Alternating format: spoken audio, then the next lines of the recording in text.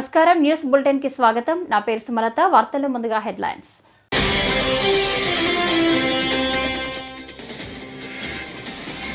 వసంత పంచమి కుంభమేళాకు పోటెత్తిన భక్తులు. అమృత స్నానాలకు భక్తులు క్యూ కట్టారు.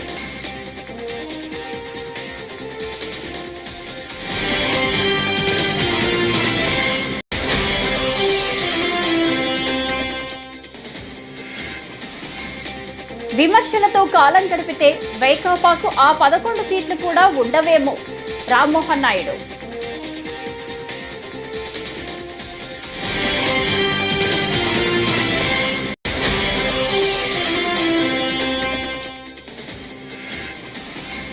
అటవీ భూములు ఆక్రమించిన పెద్దిరెడ్డి అడవి దొంగ. జనసేన రాష్ట్ర ప్రధాన కార్యదర్శి నాగబాబు ధ్వజ.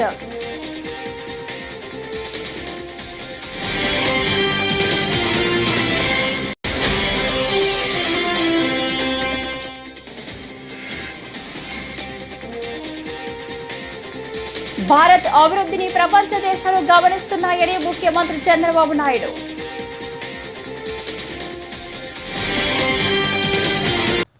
ఇక డీటెయిల్స్ చూస్తే మహాకుంభమేళాలో ఇవాళ వసంత పంచమి సందర్భంగా అమృత స్నానాలకు భక్తులు క్యూ కట్టారు. సోమవారం తెల్లవారుజాము నుంచే త్రివేణి సంగమంలో పెద్ద ఎత్తున భక్తులు పుణ్యస్నానాలు చేస్తున్నారు. వసంత పంచమిని పురస్కరించుకొని సోమవారం 4 కోట్ల నుంచి 6 కోట్ల మంది జనం రానున్నట్లు అధికారులు అంచనా వేస్తున్నారు. మౌని అమావాస్య రోజున చోటు చేసుకున్న తొక్కిసలాట ఘటన నేపథ్యంలో కుంభమేళా ప్రాంతంలో భద్రతను మరింత పటిష్టం చేశారు.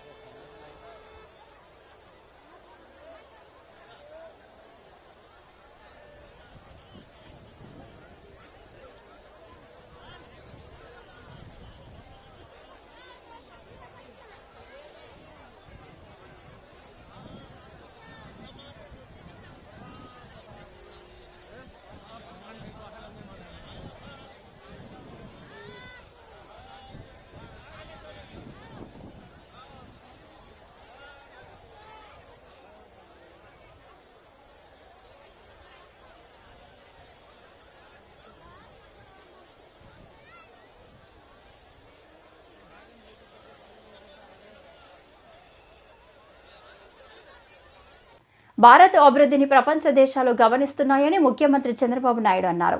సోమవారం మీడియాతో మాట్లాడుతూ ఏఐ సాంకేతికతలో భారత్ ముందు వరుసలో ఉందన్నారు. వికసిత్ భారత్ లక్ష్యంగా కేంద్ర బడ్జెట్ ఉందని అన్నారు. ప్రపంచ దేశాల్లో భారత్ పేరు మారుమోగుతుందని తెలిపారు. ఫుడ్ సెక్యూరిటీని గ్లోబల్ హబ్గా భారత్ మారబోతుందని వెల్లడించారు. ఎంఎస్ఎంఈ పాలసీకి గేమ్ చేంజింగ్గా భారత్ మారనుందని పేర్కొన్నారు. భారత్లో భారీ పెట్టుబడులకు పారిశ్రామికవేత్తలు వస్తున్నారని 2047 నాటికి అభివృద్ధి చెందిన దేశంగా భారత్ అవతరించబోతుందని అన్నారు. MSME yesterday what she mentioned, it is a game changer as on today globally. Indians are doing extremely well. If you see here, first mover advantage in technology, demographic dividend. Because of demographic dividend, Indians are becoming entrepreneurs globally. This MSME policy will give a new hope, and also it is a game changer altogether. And also if you see investment, very crucial, not only government investment, how to bring private investment, what are all the new models we are going to emerge. In economic reforms, if you can go through back, because of economic reforms, we are able to do PPP model, public-private investments. There is a total sea change in infrastructure, either roads or airports or ports or communication sector, especially bandwidth, connectivity, everything. Today, again this policy, investment policy, it is going to impact big way. New models are going to come. not only PPP, viability gap funding, and so many creative things are going to happen. With this, again, huge investment is going to come in all these sectors. Tax reforms I have seen, taxation, financial sector, power sector, urban development, mining, regulatory. I remember very well, first regulatory commission has శనివారం ప్రవేశపెట్టిన కేంద్ర budget ప్రజల ఆశలకు అనుగుణంగా ఉన్న budget అని కేంద్ర పౌర విమానయాన శాఖ మంత్రి కింజరాపు రామ్మోహన్ నాయుడు కొనియాడారు.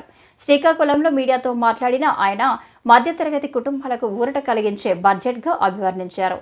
ఏపీ అభివృద్ధికి నిధులను కేటాయిస్తున్నారని కేంద్ర మంత్రి చెప్పారు. 7 నెలల్లోనే అన్ని పూర్తి చేస్తే కూటమి ప్రభుత్వంపై వైకాపా వ్యాఖ్యలు విడ్డూరంగా ఉన్నాయని మండిపడ్డారు. నిన్న ప్రవేశపెట్టినటువంటి కేంద్ర బడ్జెట్ ప్రజల బడ్జెట్ అని మనం స్పష్టంగా తెలియజేసుకోవచ్చు.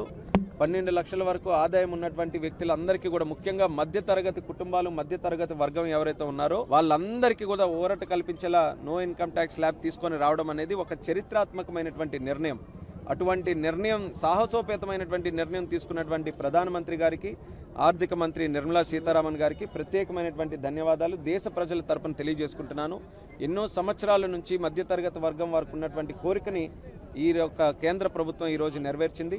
అలాగే ఆంధ్రప్రదేశ్ రాష్ట్రానికి సంబంధించి గతంలో కూడా చెప్పాం, 7 నెలల్లో డబుల్ ఇంజిన్ సర్కార్ తాలూకా కార్యక్రమాల వల్ల విశాఖ స్టీల్ ప్లాంట్కి సుమారు 10,500 కోట్లు, రైల్వే జోన్కి శంకుస్థాపన, అలాగే పోలవరం ప్రాజెక్టుకి 12,300 కోట్లు, అలాగే అమరావతి ప్రాజెక్టుకి సుమారు 31,000 కోట్లు, అలాగే 2 నోడ్లు, ఓర్వకల్లు కొప్పర్తి నోడ్లు, క్రిస్ నోడు, ఇలా చాలా కార్యక్రమాలకి కేంద్ర ప్రభుత్వం మనకి సహకరిస్తూ నిధులు కూడా మంజూరు చేయడం జరిగింది. నిన్న జరిగినటువంటి బడ్జెట్లో కొత్త స్కీమ్స్ను కూడా కొన్ని పెట్టారు. జల్ జీవన్ మిషన్ గత ప్రభుత్వం చేసినటువంటి అరాచకాల వల్ల ఎక్కడా సరైనటువంటి పైప్ లైన్ కానీ స్కీమ్ కానీ చేయలేకపోయాం. చంద్రబాబు నాయుడు గారు వచ్చిన తర్వాత రివ్యూ చేశారు. సుమారు 15,000 కోట్ల రూపాయలు కేంద్రం ఇచ్చిన తర్వాత కూడా ఒక ప్రోగ్రాం చేసుకోలేకపోయామని మళ్ళీ కేంద్రం మీద ఒత్తిడి తీసుకొని వచ్చి ప్రెషర్ పెట్టారు. ఏమని? ఎక్స్టెన్షన్ చేయండి, 2025కే కాదు మరొక 3 years ఎక్స్టెన్షన్ చేయండి అని అన్నారు. నిన్న బడ్జెట్లో చూసాం, కేంద్ర మంత్రి గారు చెప్పారు, ఆర్థిక మంత్రి గారు 3 years కూడా ఎక్స్టెన్షన్ చేశామని. అది ఆంధ్రప్రదేశ్ రాష్ట్రానికి చాలా మంచి కార్యక్రమంగా నేను భావిస్తున్నాను. అలాగే ఎన్నో స్కీమ్స్ రైతులకి సంబంధించి కానీ. పులిచెర్ల మండలం మంగళంపేటలో మాజీ మంత్రి పుంగనూరు ఎమ్మెల్యే పెద్దిరెడ్డి రామచంద్రారెడ్డి 75 ఎకరాల అటవీ భూమి ఆక్రమించి అందులో విలాసవంతమైన భవనం నిర్మించుకున్నారని జనసేన రాష్ట్ర ప్రధాన కార్యదర్శి నాగబాబు ధ్వజమెత్తారు. ఎర్రచందనం అక్రమ రవాణాకు మార్కెటింగ్ శాఖ నిధులతో రోడ్డు నిర్మించుకున్నారని ఆరోపించారు. వైకాపా 5 ఏళ్ల పాలనలో అన్ని శాఖల్లో 2 లక్షల కోట్లు అక్రమ ఆస్తులు కూడబెట్టుకున్నారని, ఇది రాష్ట్ర బడ్జెట్నే మించిపోయిందని ఎద్దేవా చేశారు. పెద్దిరెడ్డి అక్రమాల గురించి కొంచెం మాట్లాడుకుందాం. అంటే నేను రాయలసీమకి ఎలక్షన్ క్యాంపెయిన్కి ఓన్లీ తిరుపతి వరకే వచ్చాను, ఒకసారి కలిగిరి దాకా వచ్చాను.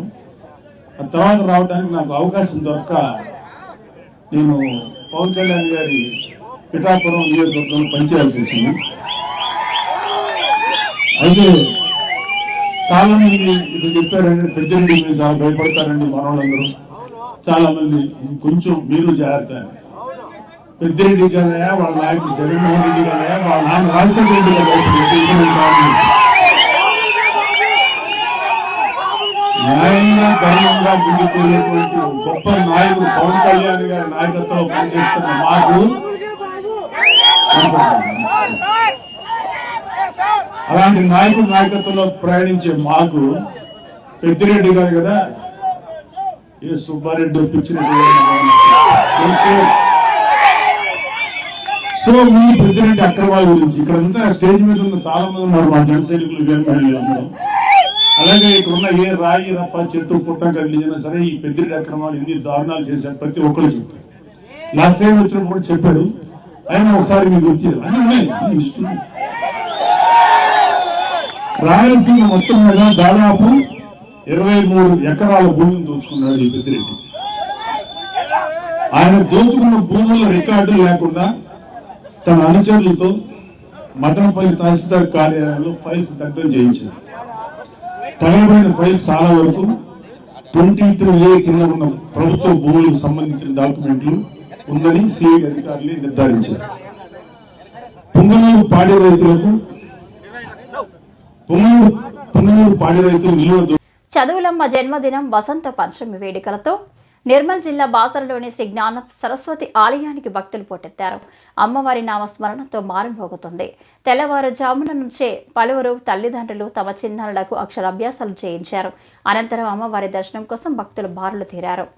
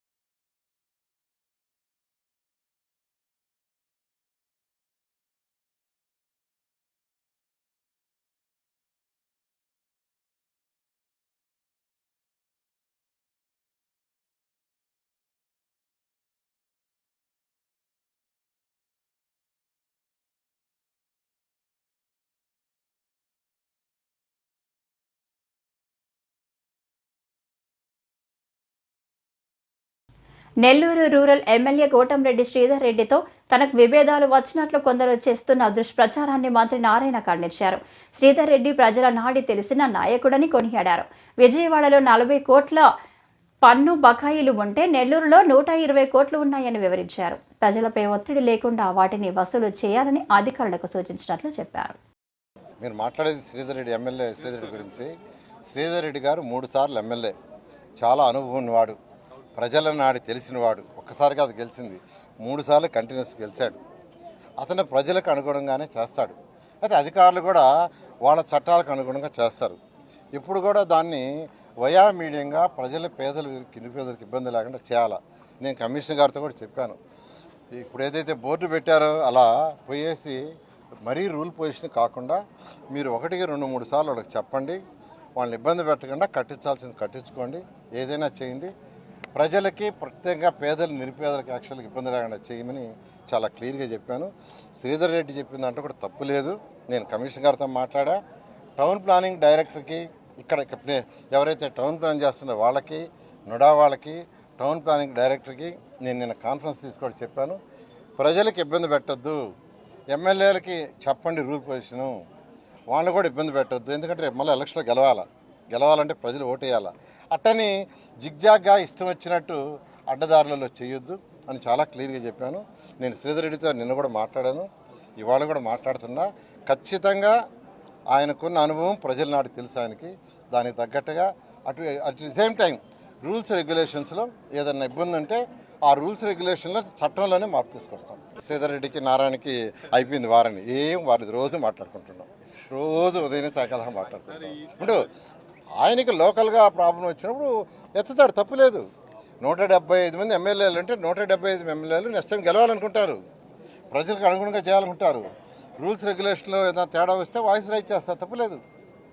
మంత్రులు ఉండేది ఏంటంటే మంత్రులు, ముఖ్యమంత్రి, క్యాబినెట్ ఉండేది దేనికంటే ప్రజలకు అనుగుణంగా అవసరమైతే రూల్స్ రెగ్యులేషన్స్ మార్చడం.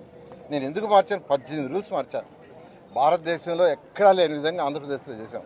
ఈ ఏడాది కేంద్ర బడ్జెట్లో రాష్ట్రానికి తీరని అన్యాయం జరిగిందని, ఒక్క గురజాడ పేరు ప్రస్తావన తప్ప రాష్ట్రానికి ఒరిగింది శూన్యమని శాసన మండలి విపక్ష నేత బొత్స సత్యనారాయణ ధ్వజమెత్తారు. పోలవరం ప్రాజెక్టు ఎత్తు తగ్గిస్తున్నారన్న ఆయన అది బడ్జెట్ నిధుల కేటాయింపులో స్పష్టమైందని చెప్పారు. అదే జరిగితే ఉత్తరాంధ్ర రాయలసీమకు తీవ్ర నష్టం జరుగుతుందని స్పష్టం చేశారు. అయినా సీఎం చంద్రబాబు పవన్ కళ్యాణ్ స్వాగతించడం దారుణమని చెప్పారు. ఒక ఆశ్చర్యమైన విషయం ఏంటంటే మహాకవి గురజాడ గారిని ఆ బడ్జెట్ ప్రసంగంలో కేంద్ర ఆర్థిక మంత్రి గారు మాట్లాడుతూ ఆయన పేరుని వారు తలుచుకోవడం అనేది మనందరికీ కూడా ఒక గర్వకారణం. దేశం అంటే మట్టి కాదు, దేశం అంటే మనుషులే.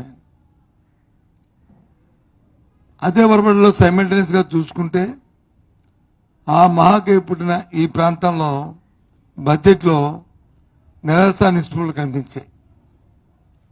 ఈ బడ్జెట్ వల్ల ఈ రాష్ట్ర ప్రాంతంలో ఉన్న ప్రజలకు ఏ ప్రయోజనము కలుగుతుంది అనేది ప్రత్యేకమైన ప్రయోజనం ఏందనేది కనిపించలే. ప్రత్యేకమైన వరుణ్ ఎందుకంటే నేను అండర్లైన్ చేస్తున్నానంటే ప్రత్యేకమైన ఎందుకంటున్నా అంటే ఇవాళ ఉన్న దేశంలో ఉన్న ఎన్డీఏ ప్రభుత్వం ఈ రాష్ట్రంలో వచ్చి ఎన్డీఏ కూటమి ప్రభుత్వం. ఈ నేపథ్యంలో దేశంలో చూస్తే ముఖ్యంగా 12 మంది పార్లమెంట్ సభ్యులున్న బీహార్లో ఉన్న నితీష్ కుమార్ ప్రభుత్వంతోనే, అలాగే 16 మంది సభ్యులున్న తెలుగుదేశం పార్టీ అండదండలతో ఇవాళ ఈ ప్రభుత్వం దేశంలో ఉంది. న్యాచురల్ గా బడ్జెట్ అన్నప్పుడు దేశ ప్రజలు అందరి తాలూకా అన్ని రాష్ట్రాల తాలూకా ప్రయోజనాలని చూడటం అనేది అవసరం, అది సహజం కూడా. ఏ వ్యక్తి అయినా కదా ఆలోచించాలి. కానీ స్వార్థం కూడా ఉంటుంది. మా మీద ఆధారపడిన ప్రభుత్వాలు ఉన్నాయి, సో కాబట్టి మాకు ఏదైనా ఒక ప్రత్యేకమైన ప్రాధాన్యత కల్పించుకొని తెచ్చుకోవాలనే ఒక ఆతృత, ఒక అవకాశాన్ని పొందుపుచ్చుకోవడం అనేది ప్రజాస్వామ్య రాజకీయాల సాహసం. అన్నమయ్య జిల్లాలోని సంబేపల్లిలో ముఖ్యమంత్రి చంద్రబాబు పర్యటించారు. ఈ సందర్భంగా ఐటీ ఉద్యోగులతో నిర్వహించిన ముఖాముఖి మాట్లాడారు. ఐటీ ఉద్యోగులపై పలువురు వైకాపా నాయకులు విమర్శలు చేశారు. ఆ వ్యాఖ్యలకు మంత్రి మండిపల్లె రామ్ ప్రసాద్ రెడ్డి ఘాటుగా స్పందించారు. దేశంలోని పలు రాష్ట్రాలలో ఐటీ ఉద్యోగాలు సాధించిన యువత తమకు వచ్చే వేతనాలలో కొంత స్వగ్రామాల బాగు కోసం ఖర్చు పెడుతున్నారంటే సంతోషించాల్సింది పోయి వారిపై కూడా విమర్శలు చేయడం తగదన్నారు. రాయచూటి గురించి వరాల జల్లు కురిపించలేదని చెప్పి ఆయన చాలా నిరుత్సాహంలో ఉన్నాడు. 15 సంవత్సరాలుగా ఒక గుండ్రా యాకట్టు భుజాల మీద చెయ్యేస్తా ఎమ్మెల్యేగా పనిచేసినావు. నువ్వు ఏం వరాలు కురిపించావో ఒకసారి చెప్పాలా. నీ నాయకుడు ముఖ్యమంత్రిగా 5 సంవత్సరాలు ఉన్నాడు. మీరు రాయచూటి ప్రాంతానికి ఏం చేసినారో అడుగుతున్నాం. ఈ రోజు ఛాలెంజ్ చేసి చెప్తున్నాం. మరొక్కసారి ప్రభుత్వం ఏర్పాటు 8 నెలలు అయింది. ఎప్పుడూ లేని విధంగా రాయచోటి నియోజకవర్గంలో 45 కోట్ల రూపాయలతో సీసీ రోడ్ల నిర్మాణం చేపట్టాం. అలాగే రాష్ట్రం అంతా వరదలు వచ్చి కొట్టుకొని పోతా అంటే ఈ ప్రాంతంలో నీళ్లు లేకుంటే 15 కోట్ల రూపాయలు ఇచ్చి బోర్లు వేసి నీళ్లు ఇవ్వడం జరిగింది. అలాగే గుంతలు పడిన రోడ్లతో నిన్న మా నాయకుడు కూడా చెప్పారు, ఆ రోడ్ల పైన పయనించాలంటే డెలివరీ కానీ గర్భవతులు ఎవరైనా ఉన్నారో వాళ్ళు పోతే కూడా డెలివరీ అయ్యే పరిస్థితులు అంతంత గుంతలు ఉంటే అట్లాంటి దగ్గర కూడా రాయచోటి నియోజకవర్గానికి అతి ఎక్కువగా 6.3 కోట్ల రూపాయలు ఇక్కడ తీసుకొని రావడం జరిగింది. అలాగే social welfare, BC welfare, tribal welfare, hostels రిపేర్లకు 3.5 కోట్ల రూపాయలు వెచ్చించడం జరిగింది. ఎండోన్మెంట్ డిపార్ట్మెంట్లలో ఫండ్స్ వచ్చినాయి, ఇరిగేషన్ లో ఫండ్స్ వస్తాయి. అలాగే ఏదైతే మన 6 మండలాలు కరువు తీర్చేదానికి, తాగునీరు సౌకర్యం కల్పించేదానికి ఏదైతే సెంట్రల్ స్కీమ్ ఉందో అమృత్ ధార అనేది స్కీమ్, అలాగే జల్ జీవన్ మిషన్ కింద 280 కోట్లు కేటాయించి టెండర్కు కూడా పిలవడం జరిగింది. కళ్ళు లేని కబోది. నిజంగా రాయచోటి నియోజకవర్గం గురించి నీకు ప్రేమ ఉంటే ఒకసారి లిస్టు తీయవలసిందిగా కోరుకుంటున్నాను. అలాగే శ్రీనివాసపురం రిజర్వాయర్ గురించి మాట్లాడే హక్కు లేదు నీకు. ఐఎంఏ నంద్యాల ఉదయానంద క్యాన్సర్ ఆసుపత్రి మహిళా వైద్య విభాగం సంయుక్త నిర్వహణలో మంగళవారం ప్రపంచ క్యాన్సర్ నివారణ దినోత్సవాన్ని నిర్వహిస్తున్నట్లు సోమవారం ఐఎంఏ రాష్ట్ర మాజీ అధ్యక్షుడు డాక్టర్ రవికృష్ణ తెలిపారు. ఈ సందర్భంగా నంద్యాల పట్టణంలో క్యాన్సర్ నివారణ అవగాహన ర్యాలీ నిర్వహిస్తున్నట్లు తెలిపారు. ఫిబ్రవరి 4వ తేదీ ప్రపంచ క్యాన్సర్ దినోత్సవం సందర్భంగా Indian medical association IMA Nandyal మహిళా విభాగం, ఉదయానంద క్యాన్సర్ ఆసుపత్రి సంయుక్తంగా ప్రజల క్యాన్సర్ అవగాహన కార్యక్రమాలని అనేకం నిర్వహించడం జరుగుతోంది. అందులో భాగంగా ఉదయానంద ఆసుపత్రి నుండి కలెక్టర్ ఆఫీస్ వరకు రేపు ఉదయం అంటే ఫిబ్రవరి 4వ తేదీ ఉదయం 8 గంటలకి ప్రజా క్యాన్సర్ అవగాహన ర్యాలీని నిర్వహించడం జరుగుతోంది. మంత్రివర్యులు ఎన్ఎండి ఫరూక్ గారు ముఖ్య అతిథిగా ఈ కార్యక్రమాన్ని ర్యాలీని ప్రారంభిస్తారు. అదేవిధంగా ప్రజల అవగాహన కోసం కరపత్రాల విడుదల కార్యక్రమం కూడా చేసి కరపత్రాలను పంపిణీ చేయడం జరుగుతుంది. టౌన్ హాల్లో ఉదయం 10 గంటల నుండి ఉదయానంద ఆసుపత్రికి చెందిన పింక్ బస్సులో ఈ క్యాన్సర్ సంబంధించినటువంటి పరీక్షలు కొన్ని ఉచితంగా కొన్ని రాయితీతో చేయడం జరుగుతోంది. ఈ పింక్ బస్సులో ప్రత్యేకించి క్యాన్సర్ చికిత్సకు సంబంధించినటువంటి బస్ ఇది ఉదయానంద ఆసుపత్రిది. గర్భాశయ ముఖద్వార ప్యాప్స్మియర్ పరీక్షల్ని ఉచితంగా చేస్తారు మహిళలకి వచ్చిన వారికి. అదేవిధంగా హెచ్పివి వైరస్ అనే దాని ద్వారా ఈ గర్భాశయ ముఖద్వార క్యాన్సర్ వస్తుంది కాబట్టి ఆ వైరస్ ని కనుక్కునే పరీక్ష దాదాపు మామూలుగా 1500 రూపాయలు అవుతుంది. అది 500 రాయితీతో చేస్తున్నారు. అదేవిధంగా రొమ్ము క్యాన్సర్ ని కనిపెట్టే మ్యామోగ్రామ్ పరీక్ష 3000 రూపాయలు విలువ చేసేది 500 రూపాయలకే చేయడం జరుగుతుంది. అదేవిధంగా అవసరమైన వారికి 5000 రూపాయలు విలువ చేసే కోల్పోస్కోప్ పరీక్ష పూర్తి ఉచితంగా కూడా చేస్తారు అవసరమైనటువంటి వారికి. క్యాన్సర్ లక్షణాలు వచ్చిన తర్వాత పరీక్ష చేయించుకోవడం కన్నా హిందూపురం మున్సిపాలిటీ టీడీపీ కైవసం చేసుకున్న విషయం తెలిసిందే. 6వ వార్డు కౌన్సిలర్ డిఈ రమేష్ మున్సిపల్ చైర్మన్ గా ఎన్నికయ్యారు. 23 ఓట్ల ఆధిక్యంలో ఆయన గెలిచారు. ఈ సందర్భంగా హిందూపురం ఎమ్మెల్యే బాలకృష్ణ మీడియా సమావేశంలో మాట్లాడారు. గత వైసీపీ పరిపాలనలో కౌన్సిలర్లు విసిగిపోయారన్నారు. ఎన్నికలకు ముందే వైసీపీ కౌన్సిలర్లు టీడీపీ వైపు మొగ్గు చూపడం జరిగిందన్నారు. వైఎస్ఆర్సీపీ పరిపాలన ఉన్నప్పుడు వారి పరిపాలనకు విసిగిపోయిన కౌన్సిలర్లంతా కూడా ఎలక్షన్ కు ముందే కొంతమంది మన పార్టీ తెలుగుదేశం పార్టీ వైపు మొగ్గు చూపడం జరిగింది. వాళ్ళు పార్టీలో రిజైన్ చేసి కౌన్సిలర్ గా వాళ్ళు ఇక్కడ పార్టీలో జాయిన్ అవ్వడం అయింది. తర్వాత ఎన్డీఏ కూటమి ప్రభుత్వం వచ్చాక కూడా కొంతమంది మళ్ళీ పార్టీలోకి జాయిన్ అవ్వడం జరిగింది. కౌన్సిలర్ గా కొనసాగుతున్నారు. పార్టీకి రిజైన్ చేసి వాళ్ళు ఇక్కడ తెలుగుదేశం పార్టీలో మాకు మద్దతు తెలపడం జరిగింది. ఇప్పుడు మన డివి రమేష్ గారు హిందూపూర్ మున్సిపాలిటీకి 22వ చైర్పర్సన్ గా ఎన్నికవ్వడం చాలా సంతోషించదగ్గ విషయం. అంటే అటు కౌన్సిలర్లు వాళ్ళంతా కూడా ఏదో అభివృద్ధి చేసిన అభివృద్ధి ఈ 5 ఏళ్లలో గత 5 ఏళ్లలో ఏమంతా జరిగింది శూన్యం. కాబట్టి వాళ్ళు ఇందులో భాగస్వామి పంచుకోవాలి అన్న తపనతో వాళ్ళు వేసిన ఓట్లు ఎవరైతే ప్రజానికం వాళ్ళు గెలిపించారో వాళ్ళందరికీ న్యాయం. వైసీపీ హయాంలో తాడిపత్రిలో రౌడీ రాజ్యం నడిచిందని మంత్రి జనార్దన్ రెడ్డి విమర్శించారు. ఇప్పుడు అదే చేయాలని చూస్తున్నారని మండిపడ్డారు. తాడిపత్రిలో సోమవారం ఆయన మాట్లాడుతూ 5 ఏళ్లు జేసీ ప్రభాకర్ రెడ్డి కుటుంబాన్ని ఇబ్బందులకు గురి చేశారని పేర్కొన్నారు. ఎన్ని ఇబ్బందులకు గురి చేసినా వారు వెనక్కి తగ్గలేదని, వైసీపీపై పోరాడారని తెలిపారు. కూటమి ప్రభుత్వంలో ప్రజలు శాంతియుతంగా ఉన్నారని స్పష్టం చేశారు. ఇదే తాడిపత్రి నగరంలో చేయని దౌర్జన్యాలు లేవు అన్న పెద్దలు ప్రభాకర్ రెడ్డిని అయితే ఎంత ఘోరంగా చేశారో ఈ రోజు వాళ్ళు మాట్లాడాలా, మళ్ళీ మాట్లాడతామన్నారు, నీతులు చెప్తున్నారు. సిగ్గు శరం లేకుండా మాట్లాడే ఆ వ్యక్తులు ఎవరైతే ఉన్నారో ఒక్కసారి తల దించుకోవాల్సిన పరిస్థితి ఉంది. ఈ రోజు వచ్చిన తర్వాత, కూటమి ప్రభుత్వం వచ్చిన తర్వాత ప్రజలందరూ కూడా శాంతియుతంగా ఉన్నారు. వ్యాపారస్తులు ఎక్కడైనా ఎవడైనా వచ్చి వ్యాపారం చేసుకోవచ్చు, ఎవడైనా మీరు ఇక్కడికి వచ్చి ప్రశాంతంగా బతకవచ్చు. గతంలో ఈ రోజు వచ్చింది తాడిపత్రికి ఇంత నీట్ గా పెట్టి ఈ యొక్క మున్సిపాలిటీ ఒక్కటే గెలిచినామంటే ఆ రోజు వాళ్ళు పడిన శ్రమ కానీ, ఇక్కడ తీసుకొచ్చిన మార్పులు కానీ, అండర్ గ్రౌండ్ డ్రైనేజ్ కానీ, నేను కూడా ఇప్పుడు అండర్ గ్రౌండ్ డ్రైనేజ్ అన్నం చేసేదాన్ని మళ్ళీ బనగానపల్లిలో మొదలు పెడతా ఉన్నాం. కాబట్టి శాంతి భద్రతల విషయంలో కూడా అందరూ కూడా సహకరిస్తా ఉన్నారు. ప్రజలు వాళ్ళే ఇంకా రెచ్చగొట్టే ధోరణిలో మాట్లాడుతూ ఉన్నారు. ఇప్పటికీ రెచ్చగొట్టే ధోరణిలో ఉన్నప్పుడు ఎవరు కూడా మనిషి ఎంతసేపు అయినా ఓపిక పడతాడు. ఈరోజు రెచ్చగొట్టే ధోరణిలో వస్తూ మళ్ళీ ఈరోజు రోడ్ల మీదకి వచ్చి మళ్ళీ ఏదో రౌడీజం చేయాలని చూస్తున్నారు. ఈ కూటమి ప్రభుత్వం ఏ రౌడీజం చేస్తే కానీ కూడా ముడుచుకోదు. ఖచ్చితంగా త్వరలో ఏవైతే మా మేనిఫెస్టో దాంట్లో ఉన్నటువంటి దీపం పథకం ఇవ్వడం జరిగింది. ఇప్పటికే త్వరలోనే ఆర్టీసీ యొక్క కూడా ఇవ్వవస్తున్నాము. ముఖ్యంగా ఏదైతే ఈ వార్తలు ఇంతటితో సమాప్తం. నమస్కారం.